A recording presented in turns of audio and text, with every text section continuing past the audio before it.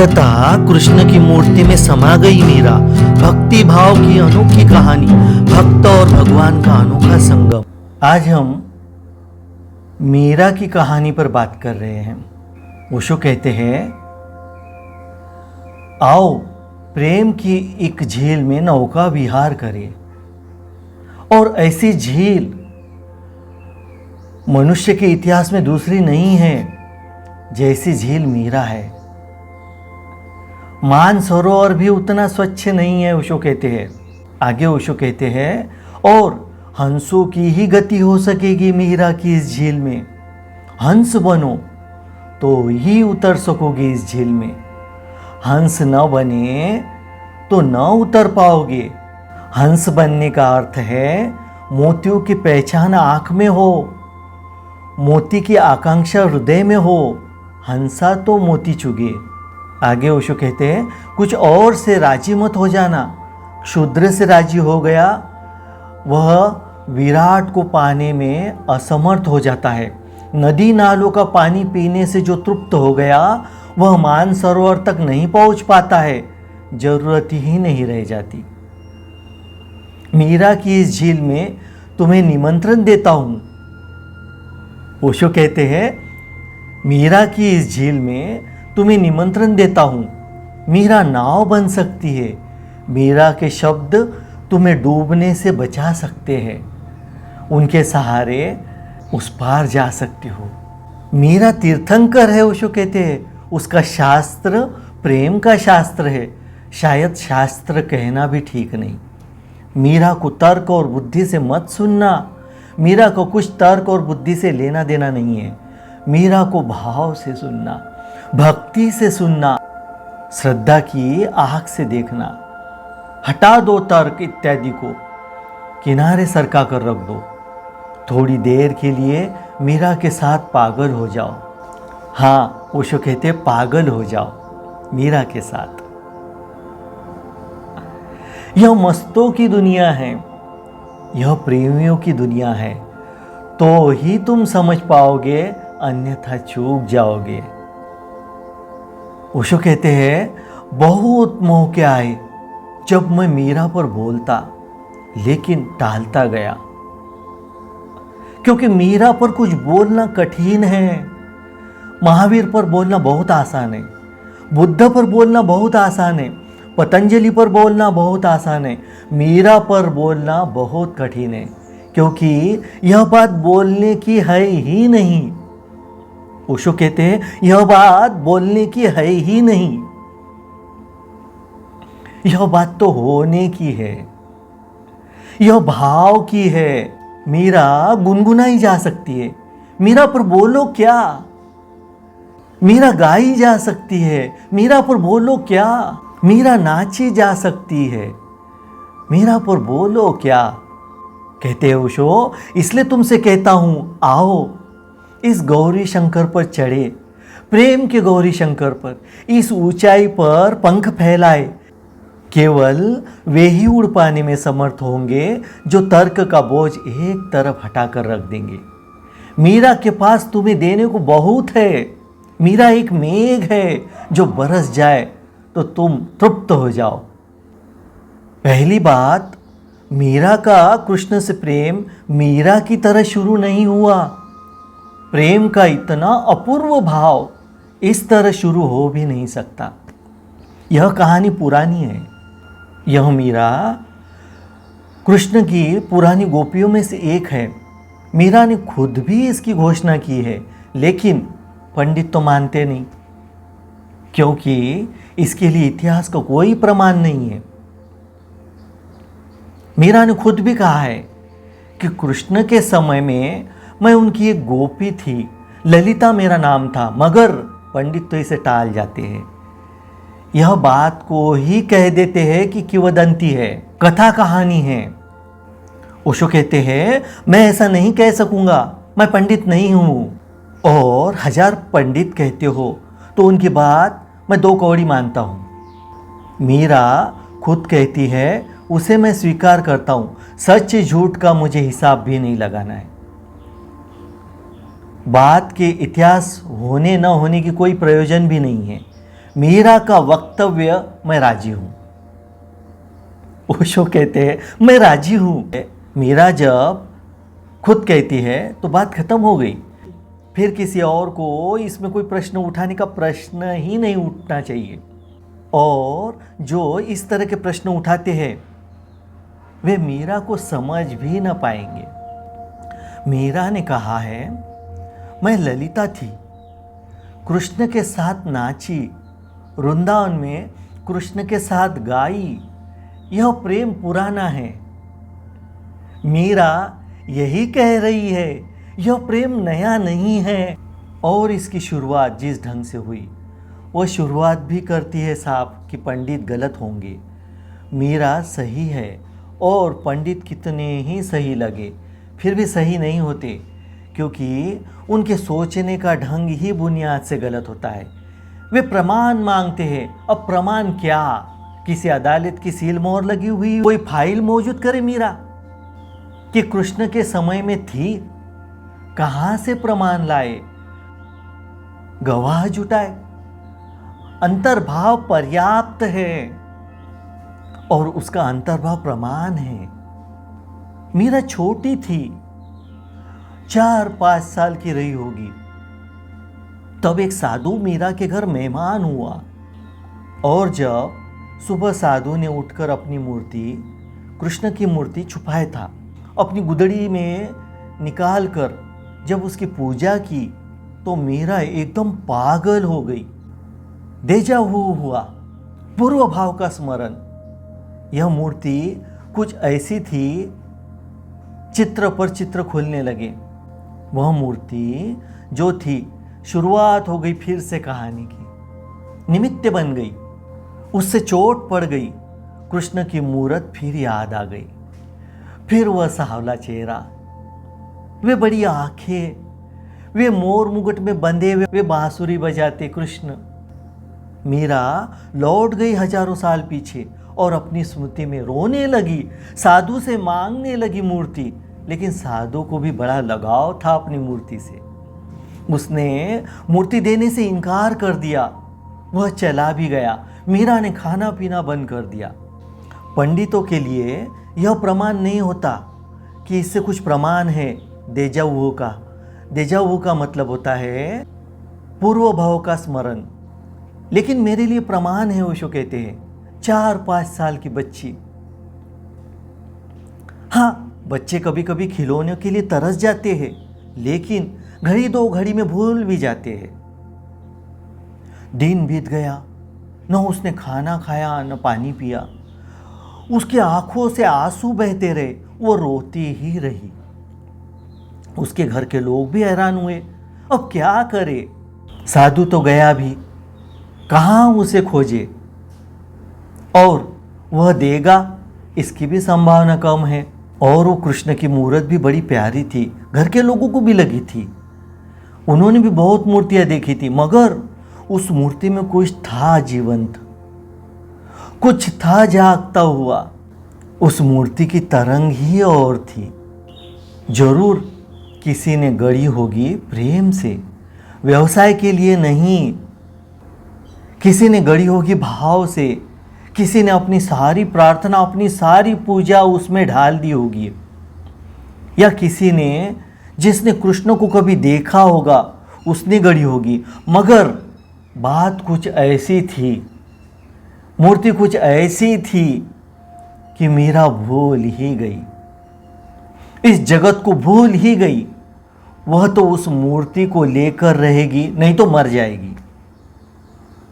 यह विरह की शुरुआत हो गई 4-5 साल की उम्र में। रात उस साधु ने सपना देखा, दूर दूसरे गांव में जाकर सोया था। रात सपना आया, कृष्ण खड़े हैं। उन्होंने कहा कि मूर्ति जिसकी है उसे लौटा दो, तूने रख ली बहुत दिन तक, यह अमानत थी, मगर यह तेरी नहीं है। अब तू नाहक मत ढो, तू वापस जा। मूर्ति उस लड़की को दे दे, जिसकी है उसको दे दे। उसकी थी, तेरी अमानत पूरी हो गई, तेरा काम पूरा हो गया। यहाँ तक तुझे पहुँचाना था वहाँ तक पहुँचा दिया, अब खत्म हो गई। मूर्ति उसकी है जिसके हृदय में मूर्ति के लिए प्रेम है। और किसकी मूर्ति? साधु तो घबरा गया। कृष्ण तो कभी उसे दिखाई भी न पड़े थे। वर्षों से प्रार्थना पूजा कर रहा था, वर्षों से इसी मूर्ति को लिए चलता था, फूल चढ़ाता था, घंटी बजाता था, कृष्ण कभी दिखाई न पड़े थे। वह तो बहुत घबरा गया। वह तो आधी रात भागा हुआ आया, आधी रात आकर जगाया और कहा, मुझे क्षमा करो, मुझसे भूल हो गई। इस छोटी सी लड़की के पैर पड़े, इसे मूर्ति देकर वापस हो गया। यह जो 4-5 साल की उम्र में घटना घटी, इससे फिर से दृश्य खुले, फिर प्रेम उमगा, फिर यात्रा शुरू हुई। यह मीरा के इस जीवन में कृष्ण के साथ पुनर्गठबंधन की शुरुआत है। मगर यह नाता पुराना था, नहीं तो बड़ा कठिन है। कृष्ण को देखा ना हो, कृष्ण को जाना ना हो, कृष्ण की सुगंध न ली हो, कृष्ण का हाथ पकड़कर नाचे ना हो, तो लाख उपाय करो, तुम कृष्ण को कभी जीवंत अनुभव नहीं कर सकोगे। इसलिए जीता सद्गुरु ही सहयोगी होता है। तुम भी कृष्ण की मूर्ति रखकर बैठ सकते हो, मगर तुम्हारे भीतर का भाव का उद्रेक नहीं होगा। भाव के उद्रेक के लिए तुम्हारी अंतर कथा में कोई संबंध चाहिए कृष्ण से, तुम्हारी अंतर कथा में कोई समानांतर दशा चाहिए। मीरा का भजन तुम भी गा सकते हो, लेकिन जब तक कृष्ण से तुम्हारा कुछ अंतरंग नाता ना हो, तब तक भजन ही रह जाएगा। जुड़ न पाओगे, हृदय हृदय से न मिलेगा, सेतु न बनेगा। वह 4-5 साल की उम्र में घटी छोटी सी घटना, संयोगिक घटना और क्रांति हो गई। मीरा मस्त रहने लगी, जैसे एक शराब मिल गई हो। 2 वर्ष बाद पड़ोस में किसी का विवाह हुआ और यह 7-8 साल की लड़की ने पूछा अपनी माँ को, सबका विवाह होता है, मेरा कब होगा? और मेरा वर कौन है? और माँ ने तो ऐसे ही मजाक में कहा, क्योंकि वह उस वक्त भी कृष्ण की मूर्ति को छाती से लगाए खड़ी थी कि तेरा वर कौन है? यह गिरधर गोपाल, यह गिरधर लाल, यह तेरे वर है, और क्या चाहिए? यह मजाक में कहा था। माँ को क्या पता था कि कभी कभी मजाक में कही गई बात भी क्रांति हो जाती है, और क्रांति हो गई। और कभी कभी कितनी ही गंभीरता से तुमसे कहा जाए, कुछ भी नहीं होता, क्योंकि तुम्हारे भीतर कुछ छूता ही नहीं। हो तो छुए। बीज को पत्थर पर फेंक दोगे तो अंकुरित नहीं होता, ठीक भूमि मिल जाए तो अंकुरित होता है। वह ठीक भूमि थी। माँ को भी पता नहीं था, सोचती थी कि बच्चे का खिलवाड़ है, कृष्ण एक खिलौना है, मिल गए हैं, इसको सुंदर मूर्ति है, माना तो नाचती गुनगुनाती रहती है, ठीक है, अपनी उलझी रहती है, कुछ हर्जा भी नहीं है। मजाक में ही कहा था, तेरे तो और कौन पति, ये गिरधर गोपाल है, ये नंदलाल है। मगर उसका मन उसी दिन भर गया, यह बात हो गई। कभी कभी संयोग महाआरंभ बन जाते हैं महाप्रस्थान के पथ पर। उसने तो मान ही लिया, वो छोटा सा भोला भाला मन, उसने मान लिया कि यही उसके पति है। फिर क्षण भर को भी यह बात डगमगाई नहीं, फिर क्षण भर को भी यह बात भूली नहीं। असल में बचपन में अगर कोई भाव बैठ जाए तो बड़ा दूरगामी होता है। यह बात बैठ गई। उस दिन से उसने अपना सारा प्रेम कृष्ण पर उंडेल दिया। जितना तुम प्रेम उंडेलोगे उतने ही कृष्ण जीवित होते चले गए। पहले अकेली बात करती थी, फिर कृष्ण भी बात करने लगे। पहले अकेली डोलती थी, फिर कृष्ण भी डोलने लगे। यह नाता भक्त का और मूर्ति का ना रहा, भक्त और भगवान का हो गया। और इसके बाद कुछ घटनाएं घटी जो ख्याल में लेनी चाहिए, जो महत्वपूर्ण है। मीरा पर जिन लोगों ने किताबें लिखी है वे सब लिखते हैं, दुर्भाग्य से मीरा की माँ मर गई जब वह बहुत छोटी थी। फिर उसके बाबा ने उसे पाला, फिर बाबा मर गए, फिर 17-18 साल की उम्र में उसका विवाह हो गया, फिर उसके पति मर गए, फिर ससुर ने उसकी संभाल की, फिर ससुर भी मर गए, फिर पिता उसकी देखभाल किए, फिर पिता भी मर गए। ऐसी 5 मृत्युएं हुई। जब मीरा कोई 32-33 साल की थी तब तक उसके जीवन में जो भी महत्वपूर्ण व्यक्ति थे सभी मर गए। जिनको भी उसने चाहा था और प्रेम किया था वे सब मर गए। जो लोग मीरा पर किताबें लिखते हैं वे सब लिखते हैं दुर्भाग्य से। ओशो कहते हैं मैं ऐसा नहीं कह सकता, यह सौभाग्य से ही हुआ। वे लिखते हैं दुर्भाग्य से, क्योंकि मृत्यु को सभी लोग दुर्भाग्य मानते हैं। लेकिन ओशो कहते हैं यही मीरा के जन्म का कारण बना। जितना भी प्रेम कहीं था वह सब सिकुड़ता गया और सारा प्रेम गोपाल पर उमड़ता गया। माँ से लगाव था, माँ चल बसी। उतना प्रेम जो माँ से उलझा था वह भी गोपाल के चरणों में रख दिया। फिर बाबा ने पाला, फिर बाबा चल बसे। उनसे प्रेम था वह भी गोपाल के चरणों में रख दिया। ऐसे संसार छोटा होता गया, सिकुड़ता गया और परमात्मा बड़ा होता गया। सुंदर नजरिया ओशो बताते हैं कि संसार छोटा होता गया, संसार सिकुड़ता गया और परमात्मा बड़ा होता गया। ओशो कहते हैं तो मैं नहीं कह सकता दुर्भाग्य से, मैं तो कहूंगा सौभाग्य से, क्योंकि मृत्यु का मेरे लिए कोई ऐसा भाव नहीं है मृत्यु के प्रति कि वह कोई आवश्यक रूप से अभिशाप है। सब तुम पर निर्भर है। मीरा ने उसका ठीक उपयोग कर लिया। जहां जहां से प्रेम उखड़ता गया, एक एक प्रेम पात्र जाने लगा, वह अपने उस प्रेम को परमात्मा में चढ़ाने लगी। अंतिम सूत्र था पिता का रहना। पिता भी चल बसे, पति भी चल बसे, पिता भी चल बसे। 5 मृत्युएं हो गई सतत। जगत से सारा संबंध टूट गया।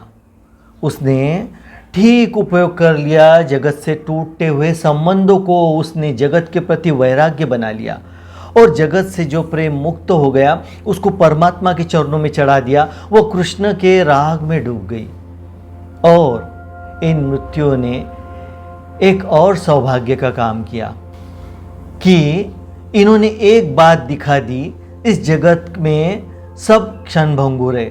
अगर प्यार खोजना हो तो शाश्वत में खोजो। यहां कुछ अपना नहीं है। यहां भरमो मत, अपने को भरमाओ मत। यहां सब छूट जाने वाला है। यहां मृत्यु ही मृत्यु फैली है। यहां मरघट है। यहां बसने के इरादे मत करो। यहां कोई कभी बसा नहीं है। अपनी आंख से देखा सबको जाते उसने। 32-33 साल की उम्र कोई बड़ी उम्र नहीं, जवान थी। जवानी में इतनी मौत घटी कि मौत का कांटा उसे ठीक ठीक साफ साफ दिखाई पड़ गया कि जीवन क्षणभंगुर है। और तब उसका मन वहां से विरक्त हो गया। जो यहां से विरक्त है वही परमात्मा से अनुरक्त हो सकता है। तुम दोनों राग एक साथ नहीं पाल सकते हो। तुम 2 नाव पर एक साथ सवार नहीं हो सकते हो। तो जब मैंने तुमसे कहा आओ प्रेम की झील में नौका विहार को चले, ओशो कहते हैं आओ प्रेम की झील में नौका विहार को चले। मैं तुमसे यह कह रहा हूं, अब तुम अपनी संसार की नाव से उतरो, अब परमात्मा की नाव को बनाओ। आओ प्रेम के गौरी शंकर पर चढ़े। तो मैं तुमसे यह कह रहा हूं, अपनी अंधेरी घाटियों से लगाव छोड़ो। वहां मृत्यु के सिवाय कोई भी नहीं है। जिन्हें तुमने अपना घर समझा है वह मरघट है।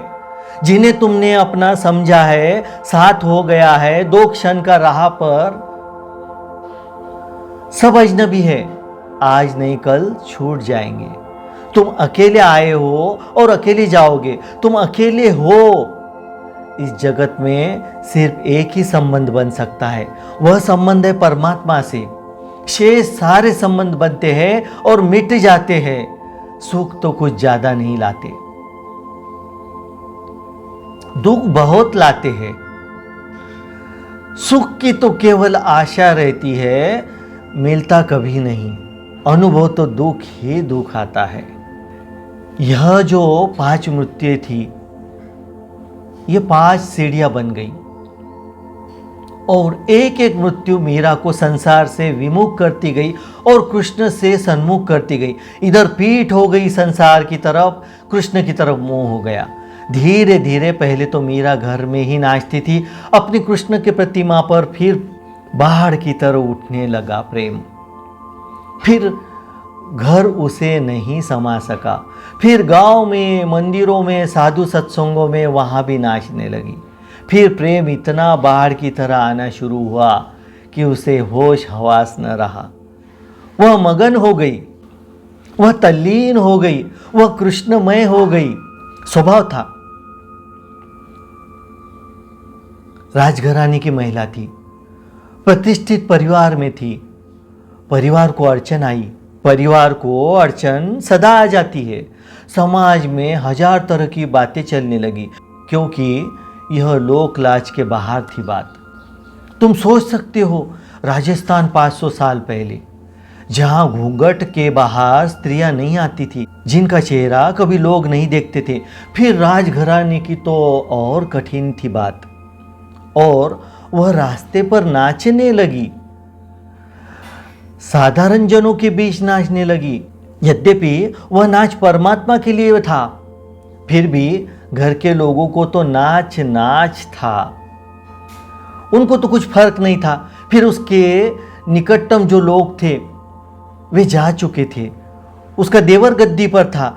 जहां जहां मीरा उल्लेख करेगी कि राणा ने जहर भेजा, कि राणा ने सांप की पिटारी भेजी, कि राणा ने सेज पर कांटे बिछवा दिए, उस राणा से याद रखना उसके देवर की तरफ इशारा है। उसके पति तो चल बसे थे। उसके देवर थे विक्रमाजित सिंह। वह क्रोधी किस्म का युवक था, दुष्ट प्रकृति का युवक था, और उसकी यह बर्दाश्त के बाहर था। और उसे मीरा की प्रतिष्ठा भी बर्दाश्त के बाहर थी।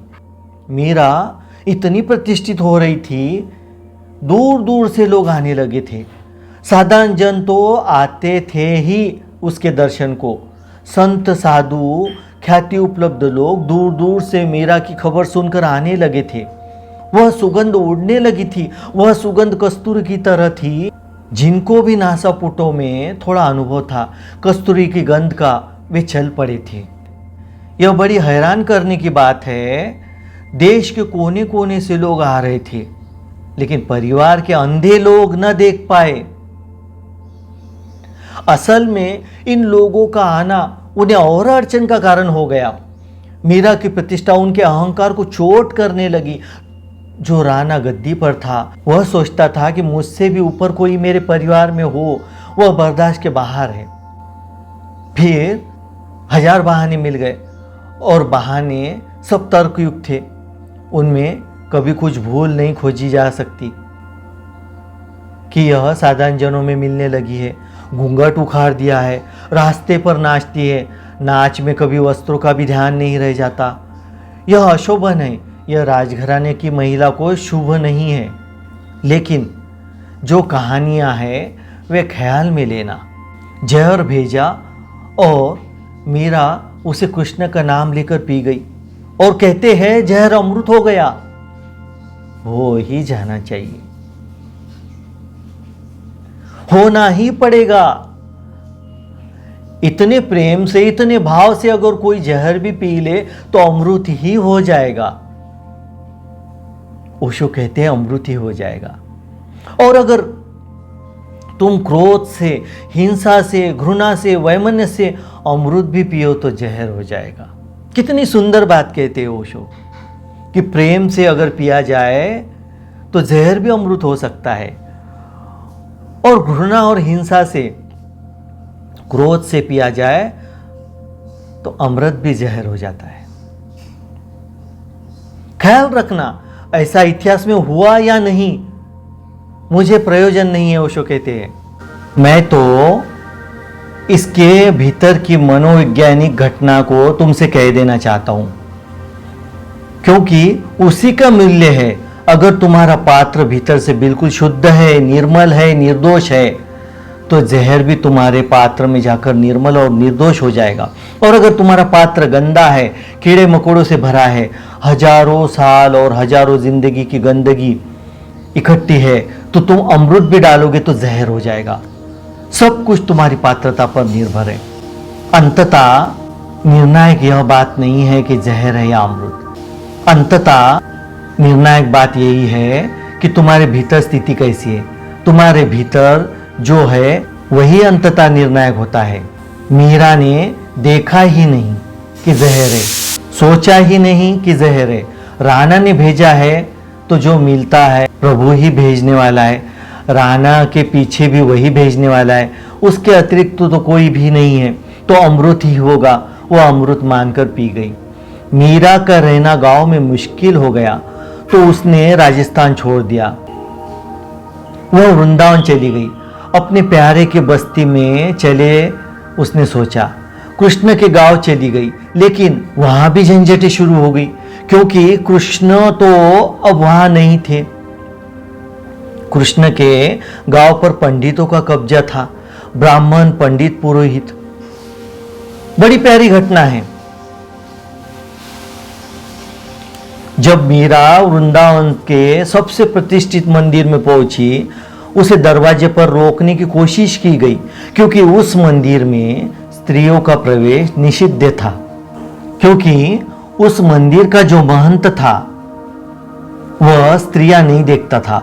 वह कहता था ब्रह्मचारी को स्त्री नहीं देखनी चाहिए, तो वह स्त्रियां नहीं देखता था। मीरा स्त्री थी तो रोकने की व्यवस्था की गई थी, लेकिन जो लोग रोकने द्वार पर खड़े थे वे की कर्तव्य मूढ़ हो गए। जब मीरा नाचती हुई आई, अपने हाथ में अपना एक तारा लिए बजाती हुई आई, जब उसके पीछे भक्तों का हुजूम आया, शराब छलकती चारों तरफ और सब मदमस्त उस मस्ती में। जो द्वारपाल खड़े थे वे भी ठिठक कर खड़े हो गए। वे भूल ही गए कि रोकना है। तब तक तो मीरा भीतर प्रविष्ट हो गई। हवा की लहर थी, एक भीतर प्रविष्ट हो गई, पहुंच गई बीच मंदिर में। पुजारी तो घबरा गया। पुजारी पूजा कर रहा था कृष्ण की, उसके हाथ से थाल गिर गया। उसने वर्षों से स्त्री नहीं देखी थी। इस मंदिर में स्त्री का निषेध था। यह स्त्री यहां भीतर कैसे आ गई? अब तुम थोड़ा सोचना।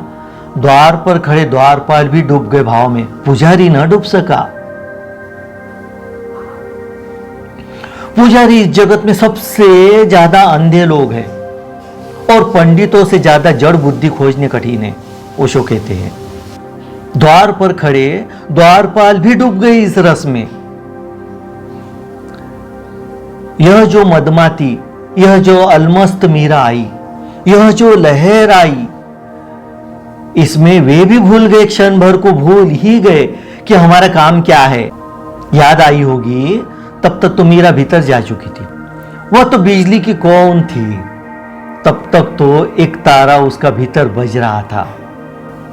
ऐसी लागी लगन मीरा हो गई मगन, मीरा रानी दीवानी गाने लगी, ऐसी लागी लगन। तब तक तो एक तारा उसका भीतर बज रहा था। भीड़ भीतर चली गई थी जब तक उन्हें होश आया। तब तक तो बात छुप गई थी, लेकिन पंडित नहीं डूबा। कृष्ण के सामने मीरा आकर नाच रही, लेकिन पंडित नहीं डूबा। मीरा नाच रही है, ओशो कहते हैं, और पंडित नहीं डूबा। उसने कहा, ए औरत, तुझे समझ है कि इस मंदिर में स्त्री का निषेध है। मीरा ने सुना। मीरा ने कहा, मैं तो सोचती थी कि कृष्ण के अतिरिक्त तो और कोई पुरुष है ही नहीं, तुम भी पुरुष हो। मैं तो कृष्ण को ही बस पुरुष मानती हूं, और तो सारा जगत उनकी गोपी है, उनके ही साथ रास चल रहा है, तो तुम भी पुरुष हो। मीरा कहती है पुजारी से, पंडित से, तो तुम भी पुरुष हो। मैंने सोचा ही नहीं था कि दो पुरुष है, तो तुम प्रतियोगी हो। वह तो घबरा गया। पंडित तो समझा ही नहीं अब क्या उत्तर दे। पंडितों के पास बंदे बंधाए हुए प्रश्नों के उत्तर होते हैं, लेकिन यह प्रश्न तो कभी इस तरह उठा ही नहीं था, किसी ने पूछा ही नहीं था। यह तो कभी किसी ने मीरा के पहले कहा ही नहीं था कि दूसरा भी कोई पुरुष है। यह तो हमने सुना ही नहीं। तुम भी बड़ी अजीब बात कर रहे हो, तुमको यह वहम कहां से हो गया। लेकिन अड़चने शुरू हो गई। इस घटना के बाद मीरा को वृंदावन में नहीं टिकने दिया गया। संतों के साथ हमने सदा दुर्व्यवहार किया है। मर जाने पर हम पूछते हैं, लेकिन हम दुर्व्यवहार करते हैं। जीते जी हम दुर्व्यवहार ही करते हैं। मीरा को वृंदावन भी छोड़ना पड़ा, फिर वह द्वारिका चली गई। वर्षों के बाद राजस्थान की राजनीति बदली, राजा बदला। राणा सांगा का सबसे छोटा बेटा राजा उदय सिंह मेवाड़ की गद्दी पर बैठा। वह राणा सांगा का बेटा था और राणा प्रताप का पिता। उदय सिंह को बड़ा भाव था मीरा के प्रति। उसने अनेक संदेशवाहक भेजे थे कि मीरा को वापस लिवा लाओ, यह हमारा अपमान है, यह राजस्थान का अपमान है कि मीरा गांव गांव भटके, यहां वहां जाए, यह लांछन हम पर सदा रहेगा। उसे लिवा लाओ, वह वापस लौट आए। हम भूल चूकों के लिए क्षमा चाहते हैं, जो अतीत में हुआ हुआ। गए लोग पंडितों को भेजा, पुरोहितों को भेजा समझाने बुझाने, लेकिन मीरा सदा समझा कर कह देती कि अब कहां आना जाना, अब इस प्राण प्यारे के मंदिर को छोड़कर कहां जाए। वह रणछोड़ दास के मंदिर में द्वारिका में मस्त थी। फिर तो उदय सिंह ने बहुत कोशिश की, 100 आदमियों का जत्था भेजा और कहा कि किसी भी तरह ले आना, न आए तो धरना दे देना, कहना कि हम उपवास करेंगे, वही मंदिर पर बैठ जाना। और उन्होंने धरना दे दिया। उन्होंने कहा कि चलना ही होगा, नहीं तो हम यही मर जाएंगे। तो मीरा ने कहा, फिर ऐसा है, चलना ही होगा तो मैं जाकर अपने प्यारे को पूछ लूं। तो उनकी बिना आज्ञा के तो न जा सकूंगी, तो रणछोड़ दास जी को पूछ लूं। वह भीतर गई और कथा बड़ी प्यारी है और बड़ी अद्भुत और बड़ी बहुमूल्य। वह भीतर गई और कहते हैं कि बाहर नहीं लौटी, कृष्ण की मूर्ति में समा गई। यह भी ऐतिहासिक तो नहीं हो सकती बात, लेकिन होनी चाहिए, क्योंकि अगर मीरा कृष्ण की मूर्ति में न समा सके तो फिर कौन समाएगा। उसको कहते कौन समाएगा, मीरा ही समाएगी ना। और कृष्ण को अपने में इतना समाया, कृष्ण इतना भी न करेंगे कि उसे अपने में समा ले, तब तो फिर भक्त का सारा गणित ही टूट जाएगा, फिर तो भक्त का भरोसा ही टूट जाएगा। मीरा ने कृष्ण को इतना अपने में समाया, अब कुछ कृष्ण का भी तो दायित्व है। वह आखिरी घड़ी आ गई, महासमाधि की। मीरा ने कहा होगा, या तो अपने में समा लो मुझे या मेरे साथ चल पड़ो, क्योंकि अब ये लोग भूखे बैठे, अब मुझे जाना ही पड़ेगा। वह आखिरी घड़ी आ गई जब भक्त भगवान हो जाता है। यह प्रतीक है उस कथा में कि मीरा फिर न पाई गई। मीरा कृष्ण की मूर्ति में समा गई, अंततः भक्त भगवान में समा ही जाता है। खो गई मीरा कृष्ण की मूर्ति में, नहीं लौटी, नहीं दिखाई दी, सो नहीं दिखाई दी।